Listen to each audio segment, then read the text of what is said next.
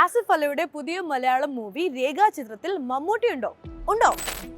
സംവിധായകൻ ജോഫിൻ ടി ചാക്കോയുടെ രണ്ടാമത്തെ ചിത്രമാണ് ആസിഫ് അലിയും അനശ്വര രാജനും പ്രധാന കഥാപാത്രങ്ങളായി എത്തിയിട്ടുള്ള രേഖാചിത്രം. ഭൂതകാലത്താൽ വേട്ടയാടപ്പെടുന്ന വിവേക് ഗോപിനാഥ് എന്ന പോലീസ് ഉദ്യോഗസ്ഥനായി ആസിഫ് അലി മികച്ച പ്രകടനം കാഴ്ചവെച്ചിട്ടുണ്ട്.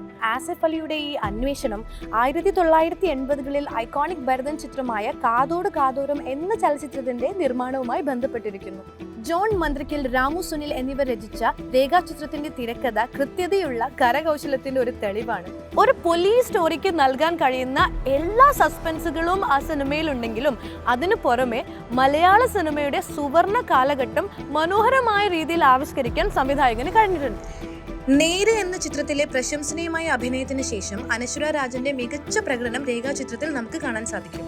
മനോജ് കെ ജയൻ അദ്ദേഹത്തിന്റെ സ്ക്രീൻ സമയം പരിമിതമാണെങ്കിലും വളരെ മനോഹരമായി തന്നെ ചെയ്തിട്ടുണ്ട്. രേഖാചിത്രം ഒരു ദൃശ്യവിരുന്നാണ്. അപ്പു പ്രഭാകരന്റെ ഛായാഗ്രഹണം അന്യം നിന്നുപോയ കാലത്തെ ഫലപ്രദമായി പുനർനിർമ്മിക്കുന്നുണ്ട് ഈ ചിത്രത്തിൽ. കൂടാതെ സിദ്ദീഖ്, ജഗദീഷ്, നിഷാൻ സാഗർ എന്നിവർ മികച്ചു നിന്നപ്പോൾ അവർക്കൊപ്പം തന്നെ സരീൻ ഷിഹാബും സലീമയും നിർണായക വേഷങ്ങളിൽ തിളങ്ങിയിട്ടുണ്ട്. ഇനി എല്ലാവരും ചോദിച്ചുകൊണ്ടിരിക്കുന്ന ആ ചോദ്യം, രേഖാചിത്രത്തിൽ മമ്മൂട്ടി ഉണ്ടോന്ന് ചോദിച്ചാൽ ഉണ്ട്, ഇല്ല എന്ന് പറഞ്ഞാൽ ഇല്ല. കാരണം നിങ്ങൾ ആരും പ്രതീക്ഷിക്കാത്ത രീതിയിലാണ് മമ്മൂക്ക ഈ സിനിമയിലുള്ളത്. മലയാളത്തിൽ ഈ അടുത്ത കാലത്ത് ഇറങ്ങിയിട്ടുള്ള ക്രൈം ത്രില്ലറിൽ മികച്ചത് എന്ന് വിശേഷിപ്പിക്കാൻ പറ്റിയ ഒരു ചിത്രം തന്നെയാണ് രേഖാചിത്രം. അതോടൊപ്പം ആസിഫ് അലിയുടെയും അനശ്വര രാജന്റെയും മികച്ച പ്രകടനങ്ങളും നിങ്ങൾക്ക് കാണാൻ സാധിക്കും.